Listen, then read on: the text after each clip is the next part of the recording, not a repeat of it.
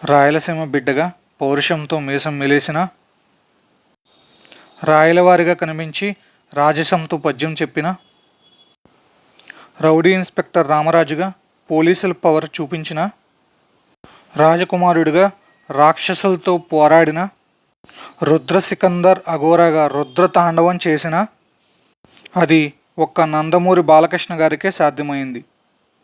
రామారావు గారు దర్శకత్వం వహించిన తాతమ్మ కళా సినిమాతో తన 14 ఏళ్ల వయసులోనే సినీ ప్రస్థానాన్ని ప్రారంభించిన బాలకృష్ణ గారు తన తండ్రి విశ్వవిఖ్యాత నట సార్వభౌమ నందమూరి తారక రామారావు గారి నట పరంపరను మంగమ్మ గారి మనవడు, అపూర్వ సహోదరులు, మువ్వ గోపాలుడు, ముద్దుల మావయ్య, నారీ నారీ నడుము మురారి, లారీ డ్రైవర్ వంటి చిత్రాలతో బాలకృష్ణ గారు ముందుకు తీసుకెళ్లే ప్రయత్నం చేశారు. 1991లో విడుదలైన ఒక బాలకృష్ణ గారి సినిమా ఒక్క తెలుగువారినే కాకుండా యావత్ భారతీయ సినీ ప్రేక్షకులను ఆశ్చర్యపడేలా చేసింది. అప్పటి వరకు భారతీయ వెండితెర మీద అలాంటి కథా కథనాలు చూడని ప్రేక్షకులు ఒక క్రొత్త ప్రపంచాన్ని తెర మీద చూసిన అనుభూతిని పొందారు. అదే భారతదేశపు చలనచిత్ర రంగంలో మొట్టమొదటి టైం ట్రావెల్ చిత్రమైన ఆదిత్య 369. ఆలస్యం చేయకుండా ఈ సినిమా గురించిన ఆసక్తికరమైన విషయాలు చూసేద్దాం. దర్శకులు సింగీతం శ్రీనివాసరావు గారు తన కాలేజీ డేస్లో చదివిన ది టైమ్ మిషన్ అనే ప్రఖ్యాత నవల స్ఫూర్తితో ఆదిత్య 369 కథను రాశారు. ఈ సినిమాలో వచ్చే ఫ్యూచరిస్టిక్ సీన్స్ కోసం సింగీతం గారు చెన్నైలోని అమెరికన్ లైబ్రరీలో రీసెర్చ్ చేశారు. అలా ఈ సినిమాలోని అండర్గ్రౌండ్ సిటీస్, రేడియేషన్ మాస్క్స్, మనసులో అనుకున్నది బయటకు చెప్పే కంప్యూటర్లు, ఆకలి వేసినప్పుడు సిగ్నల్స్ ఇచ్చే సెన్సర్స్ వంటి ఫ్యూచరిస్టిక్ ఎలిమెంట్స్ని కథలో పెట్టారు. బెంగళూరు టు మద్రాస్ ఫ్లైట్ జర్నీలో సింగీతం గారు సినిమా స్టోరీ లైన్ని ఎస్పి బాలసుబ్రహ్మణ్యం గారికి చెప్పారు. కథ విని ఆశ్చర్యపోయిన బాలు గారు తన బంధువు అయిన నిర్మాత శివలంక కృష్ణప్రసాద్ గారికి సింగీతం గారిని పరిచయం చేసి కథ చెప్పారు.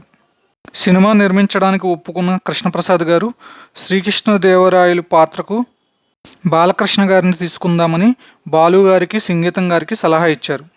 బాలకృష్ణ గారు కథ విన్న వెంటనే రాయలవారి పాత్ర చేయడానికి ఒప్పుకున్నారు. 1962లో విడుదలైన మహామంత్రి తిమ్మరుసు సినిమాలో శ్రీకృష్ణదేవరాయలుగా రామారావు గారు నటించి మన తెలుగువారికి రాయలవారిగా దగ్గరయ్యారు. అలా 2 తరాల మన తెలుగు వాళ్లకు రాయలవారి రాజసాన్ని తండ్రి కొడుకులు పరిచయం చేశారు. కృష్ణకుమార్ పాత్రకు మొదటగా కమల్ హాసన్ గారిని అనుకున్నారు. అలా బాలకృష్ణ కమల్ హాసన్ గారితో మల్టీ స్టారర్ తీద్దామనుకున్నారు. కానీ కమల్ హాసన్ గారికి వేరే సినిమాలు ఉండడం వలన ఆ కృష్ణకుమార్ పాత్ర కూడా బాలకృష్ణ గారు చేసి మెప్పించారు.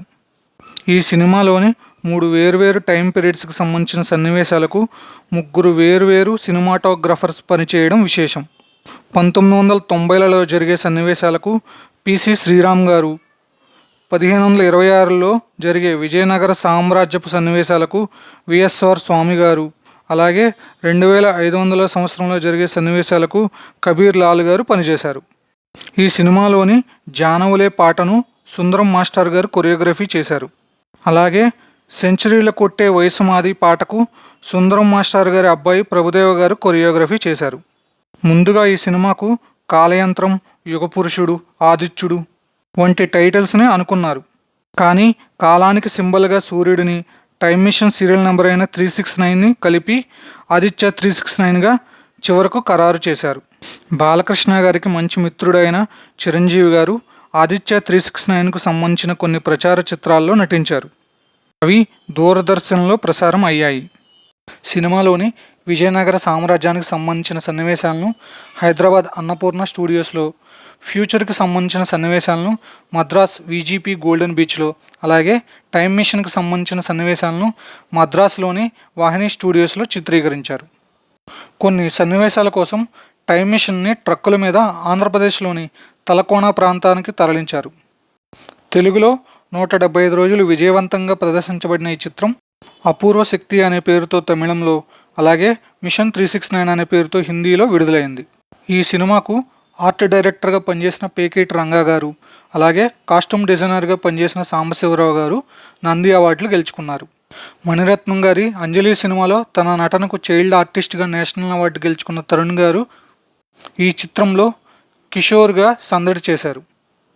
కొండవీటి దొంగ, జగదేక వీరుడు అతిలోక సుందరి, ఆఖరి పోరాటం వంటి చిత్రాల్లో తన విలనిజంతో తెలుగువారికి దగ్గరైన అమరీష్ పూరి గారు ఈ చిత్రంలో కూడా విలన్గా ఆకట్టుకున్నారు.